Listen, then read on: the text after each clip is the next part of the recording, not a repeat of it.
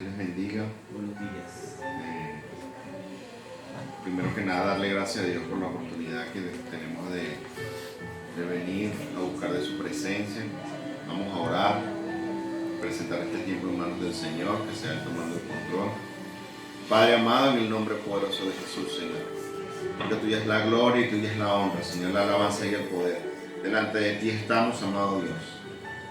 Te pedimos que todo sea sujetado a tu voluntad, amado Rey, que permitas que, según tu disposición y lo que tú quieres, Señor, hacer el día de hoy, se haga la palabra, el mensaje, la reflexión, para poder impactar, Señor, nuestros corazones. Señor, toma el control de las comunicaciones, para que en el nombre de Jesús permita que podamos realizar la transmisión y de no ser posible que se grabe y se envíe más adelante, pero Señor, que tu propósito para el día de hoy no se pierda, que lo que tú vas a hacer aquí, Señor, se haga según lo que tú tienes planificado para nuestras vidas y para nuestros corazones, en el nombre de Jesús. Espíritu Santo de Dios, te honramos y te exaltamos, estás tomando más el control, en el nombre de Jesús. Amén y amén. Bueno, el día de hoy traigo una reflexión en la que le titulé que en quién he creído yo, sabiendo que hay circunstancias que a veces nos afligen, nos golpean y quizás nos desenfocan de lo que Dios quiere hacer con cada uno de nosotros. Hoy yo quiero tomar el extracto de la carta que envió Pablo a los Filipenses en el capítulo 2 del 1 al 11, en la cual él habla a una iglesia. Ya la vamos a leer, pero quiero dar esta pequeña explicación, hablar de una iglesia que estaba ubicada en Filipo.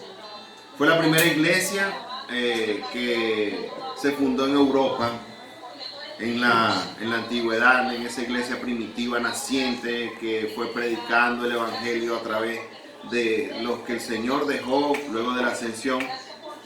Y la iglesia de Filipo en su mayoría era un pueblo pagano que se había convertido al judaísmo.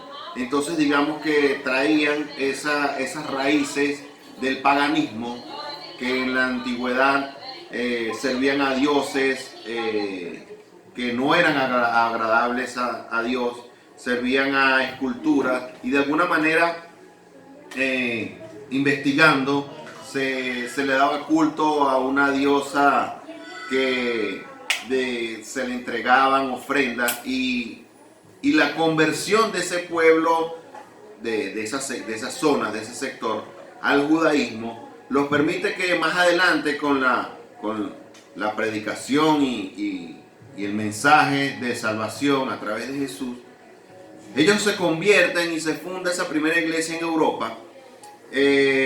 Y tenemos una carta que es enviada por Pablo a esa iglesia, en la cual era dominada en ese tiempo, era una colonia romana por el Imperio Romano, pero tenía privilegios por parte del rey en ese tiempo, que era César Augusto, y le daba unos ciertos privilegios porque era una colonia que le permitía asistir, tener cultos, reunirse.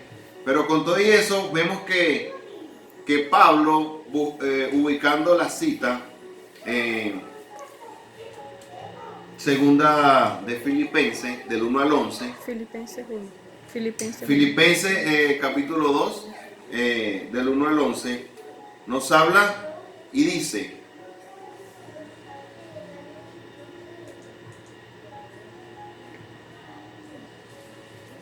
por tanto, si hay alguna consolación en Cristo, si algún consuelo de amor, si alguna comunión con el Espíritu, si algún afecto entrañable, si alguna misericordia, completad mi gozo, sintiendo lo mismo, teniendo el mismo amor, unánimes, sintiendo una misma cosa. No hagáis nada hagáis por contienda o por vanagloria, antes bien con humildad,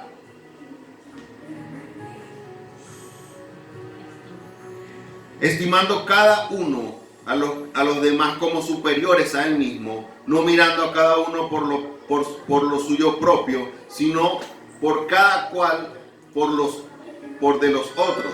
Haya pues en vosotros este sentir que hubo también en Cristo, el cual siendo en forma de Dios, no estimó al ser igual a Dios como para aferrarse, sino que se despojó a sí mismo, tomando en forma de siervo, hecho semejante a los hombres, y estando en la condición de hombre, se humilló a sí mismo, haciendo obediente hasta la muerte y la muerte de cruz, por lo cual también le exaltó hasta lo sumo y le dio nombre, que es sobre todo nombre, para que toda rodilla en el nombre de Jesús se doble, toda rodilla de lo que está en los cielos y en la tierra y debajo de la tierra, y toda lengua confiese que Jesucristo es el Señor, para la gloria del Padre. Amén.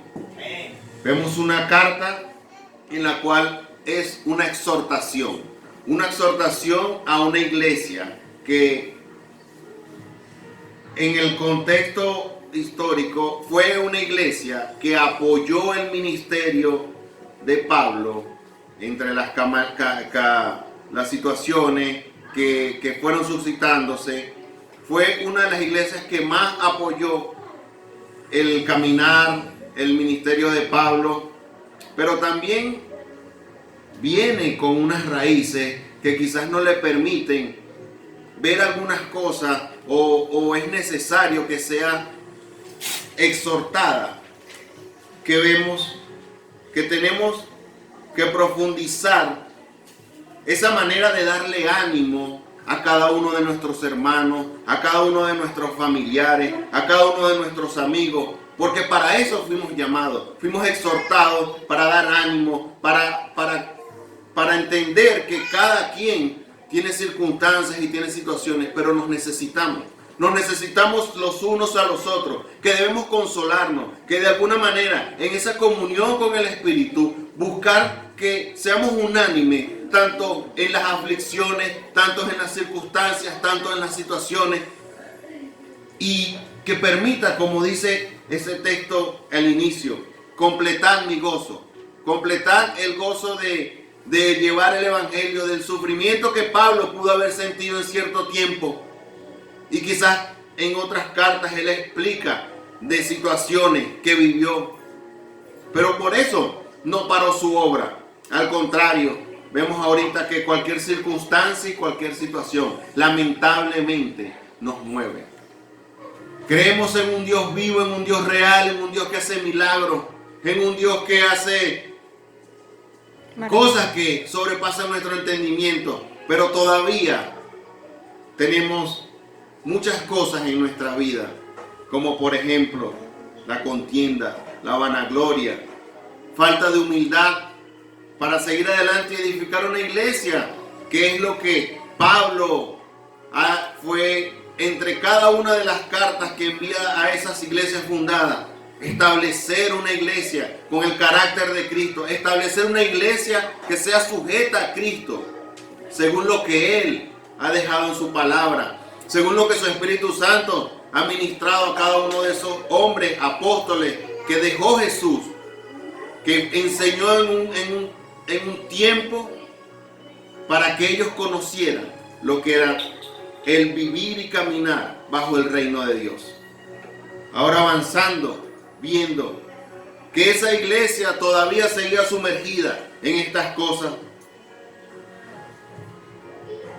Pablo les dice que dejen ya, y que hay que dejar claro que debemos dejar morir todas esas carnalidades, porque si Cristo, siendo hombre, se despojó de todo su poder y se convirtió en hombre y caminó entre nosotros, no podemos nosotros dejar a un lado la carnalidad, no podemos dejar a un lado todo orgullo, toda vanagloria, para edificar una iglesia que sea semejante a lo que Cristo ha llamado. No podemos nosotros imitar ese comportamiento que, siendo claro en nuestra carnalidad y la manera de responder, cada vez que Jesús era atacado, Él podía de alguna manera usar su gran poder en la tierra y eliminar a todos sus enemigos, y no lo hizo. Él nos enseñó que debíamos tener ese consuelo de amor para cada uno con los otros, amar a nuestros enemigos, que es lo que en algunas ocasiones a muchas personas nos cuesta. Nos cuesta ver que el que te hiere, amarlo con el mismo amor que quizás amo el que me trata bien. Nos cuesta, pero creo que, como dice la palabra, que si en esa comunión con el Espíritu, Él nos va a ir llevando, nos va a ir catapultando a un siguiente nivel en cada una de las cosas que quiere formar con nosotros, porque ya no somos nosotros, es Cristo en nosotros, en nuestra vida.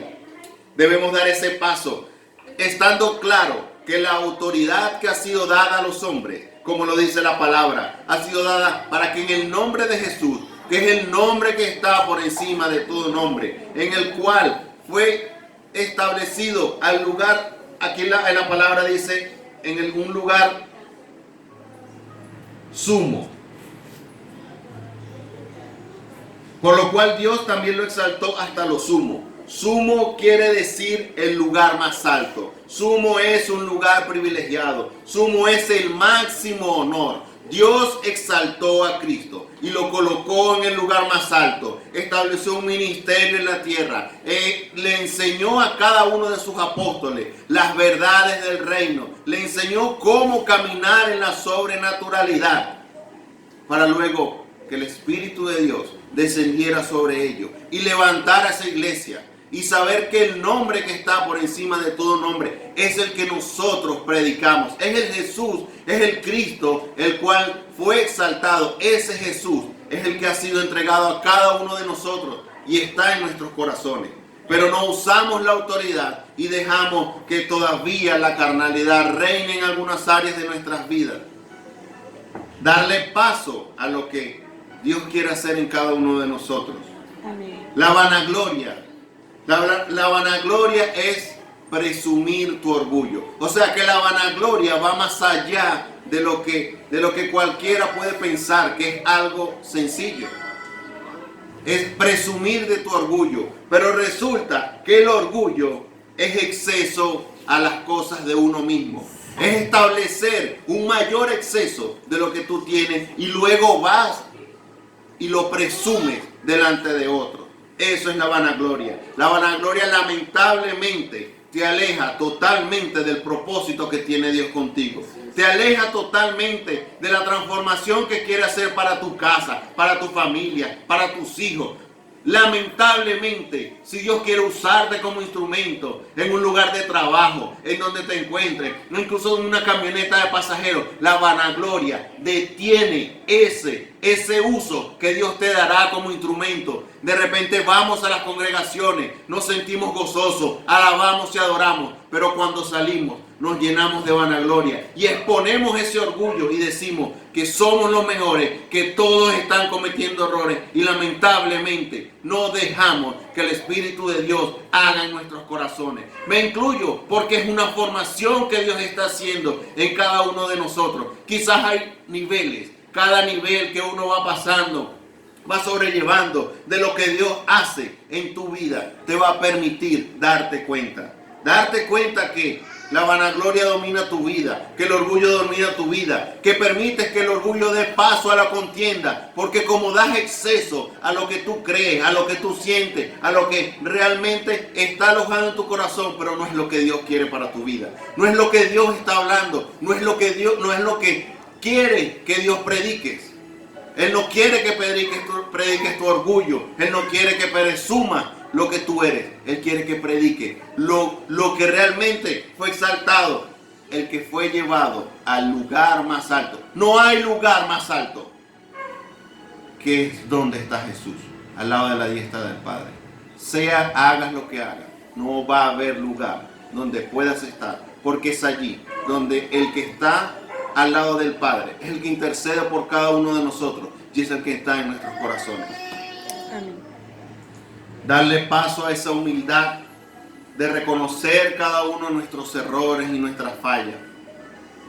Como les dije, es difícil, pero yo sé que no es imposible. ¿Por qué? Porque si hacemos uso de esa autoridad que ha sido conferida, de esa autoridad que ha sido dada, nos va a permitir darnos cuenta dónde nos estamos equivocando, dónde debemos cambiar, dónde debemos ser transformados.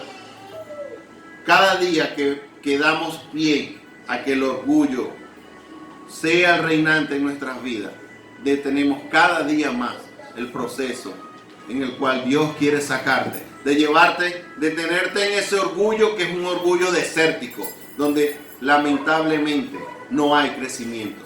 Quizás sigues asistiendo a una congregación, quizás sigues alabando, quizás tienes esos encuentros con el Señor como se predicó en las semanas anteriores, donde en un lugar está la presencia de Dios. Tú puedes sentir su toque, tú puedes sentir su manifestación, tú puedes sentir que Él se mueve en el lugar, pero no te das cuenta porque hay algo que no permite que veas que Él no se está moviendo en las áreas que son necesarias en nuestra vida.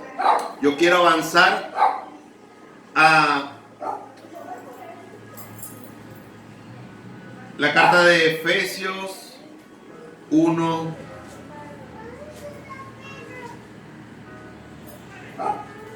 1:15, del 15 al 23, donde yo oraba y le decía, bueno Señor, sí, efectivamente vemos una carta donde reina la vanagloria en esa iglesia, el orgullo, pero ¿qué hacemos para poder contrarrestar? Nos has dado la autoridad, sí, es verdad, estoy 100% seguro que el nombre que está por encima de todo nombre es el que reina. Pero ¿cómo identifico yo qué es lo que está reinando en mi vida? Y luego leyendo en esos versículos, leo, si lo tienen por allí en pantalla, Efesios 1, del 15 al 23.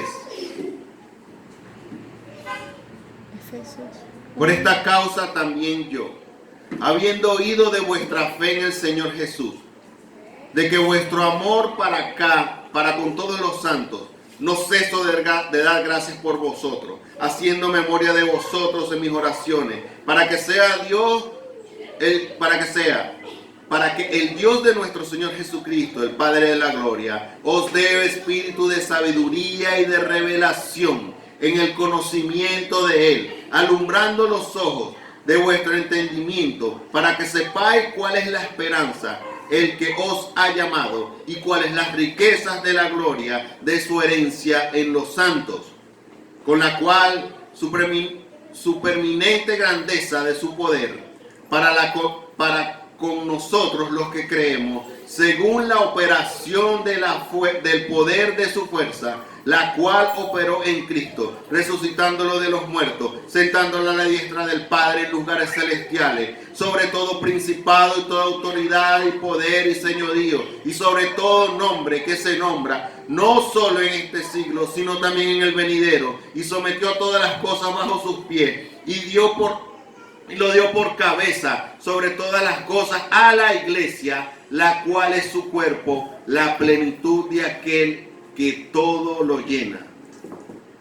Dios nos dice en su palabra que nos dio espíritu de sabiduría y revelación. No podemos darnos cuenta que estamos sumergidos en orgullo, en contienda, en vanagloria, en carnalidad, si no tenemos un espíritu de sabiduría que nos permita darnos cuenta dónde, en qué nivel, en qué momento y en qué tiempo está operando esas cosas en nuestras vidas. Y la palabra de Dios es clara y dice que el rey Salomón le pidió sabiduría al Señor y le dijo para poder gobernar su pueblo. Pero me di leyendo y según lo que el Señor me colocaba, la sabiduría que Dios le dio a Salomón era una sabiduría limitada. Era una sabiduría limitada, era el doble. Eso quiere decir que cualquiera de nosotros, hijos de Dios, creyentes de que Cristo es nuestro Salvador, te puede dar el triple, el cuádruple, más allá de lo que imaginas. Porque el espíritu de sabiduría no tiene límite. El espíritu de sabiduría es dado por Dios a los hombres para llevar adelante iglesia, para llevar adelante grupos, para llevar adelante liderazgo, para llevar adelante tu propio corazón. La sabiduría del hombre es limitada.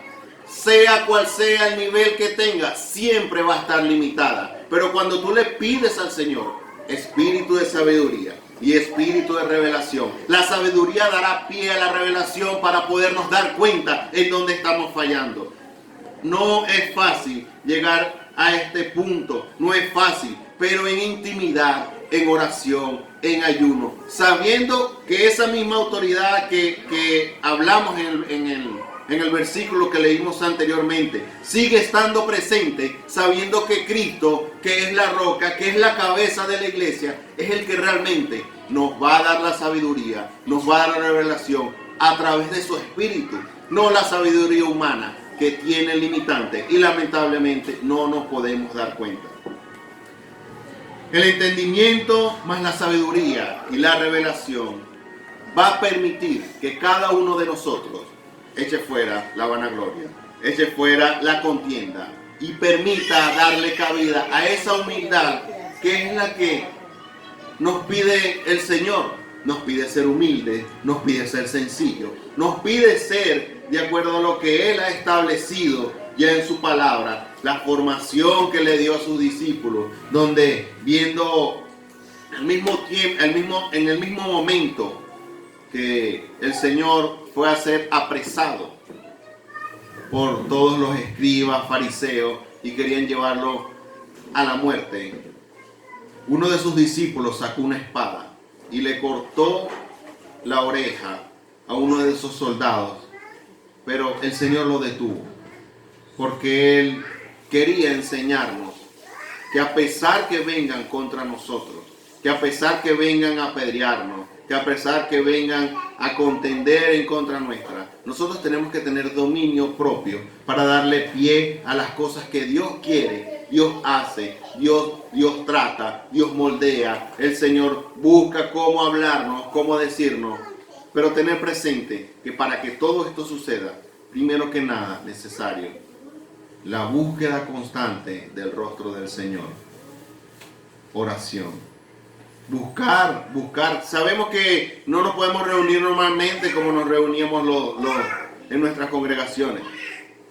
Pero hay maneras. Hay maneras de buscar al Señor como congregación. Si quizás hoy estás allí conectado y te sientes solo y lamentablemente no hayas cómo tener este contacto con tu congregación que te permita ver y crecer como tú deseas, órale al Señor. Dios ha puesto a líderes, a personas, a dirigir a una congregación como lo hizo con Pablo. Eso quiere decir que cada carta que Pablo envió a las iglesias, ellos debían tomarlas en cuenta, debían hacerle caso o las debían hacer a un lado. ¿Qué quería Pablo? Edificar una iglesia conforme a lo que Cristo le había encomendado y el Espíritu de Dios le había sido revelado a él, o simplemente quería hacerlo conforme a la sabiduría de hombre. Cuando vemos todo esto que sucedió en ese tiempo, vemos que efectivamente era el Espíritu Santo tratando con cada uno de esos hombres.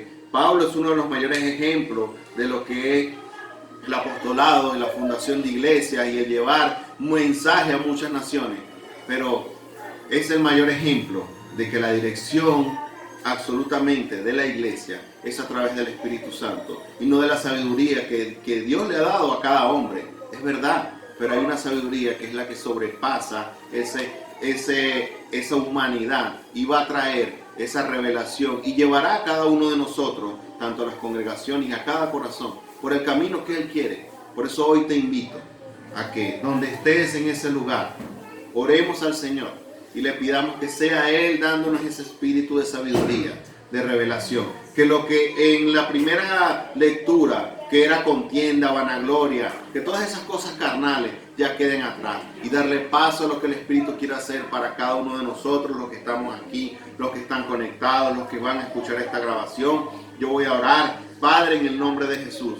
Yo te doy gracias, amado Dios, porque tuya es la gloria y tuya es la honra. Amén. Delante de ti estamos, Señor. Como ayer conversaba con mi esposa, que David, Señor, en el Salmo 51 colocó que él desnudaba su corazón. Hoy yo te pido, amado Dios, desnudar nuestros corazones. No solamente una parte, esa es otra cosa. Desnudamos solo lo que queremos. Hoy yo te quiero pedir, Padre, que desnudemos completamente nuestro corazón en este tiempo, amado Dios, y traigas tú a cada uno de nosotros espíritu de sabiduría, espíritu de revelación para las áreas que a veces queremos dejar tapadas allí para no seguir adelante, porque son las que más nos duelen. Hoy desnudar nuestro corazón y tú traigas a cada uno de nosotros esa sabiduría y revelación y usar la autoridad del nombre que está por encima de todo nombre, que es el nombre poderoso de Jesús, para que toda carnalidad se quede atrás, para que, como dice en esa carta de Efesios, todo sea sujetado, todo principado y toda potestad que hay aquí en este mundo sea sujeto al nombre de Cristo, que está por encima de todo nombre, que está sentado a la derecha del Padre, al lugar más alto. No hay lugar más alto en el cual pueda haber, sino es ese lugar donde está el que intercede por ti, el que intercede por cada uno de nosotros, el que intercede por nosotros, el que hace, es el que intercede y hace que lo que el Padre diga se haga en la tierra a través del Espíritu Santo. No somos nosotros, es tú con Él, es Él transformando tu vida. Permite y dale esa brecha mayor para que el Espíritu de Dios entre en tu vida, en tu corazón, y todas esas carnalidades salgan, incluyéndome a mí, porque yo quiero ser transformado con lo que Dios tiene un propósito para mí, para mis hijos, para nuestra iglesia, para mis hermanos, para los pastores, para los que nos escuchan. Hoy abrimos más la brecha de nuestro corazón para ti, Cristo Jesús. Gracias te damos, amado Dios, porque tuya es la gloria, la honra, la alabanza y el poder, en el nombre de Cristo. Amén y amén.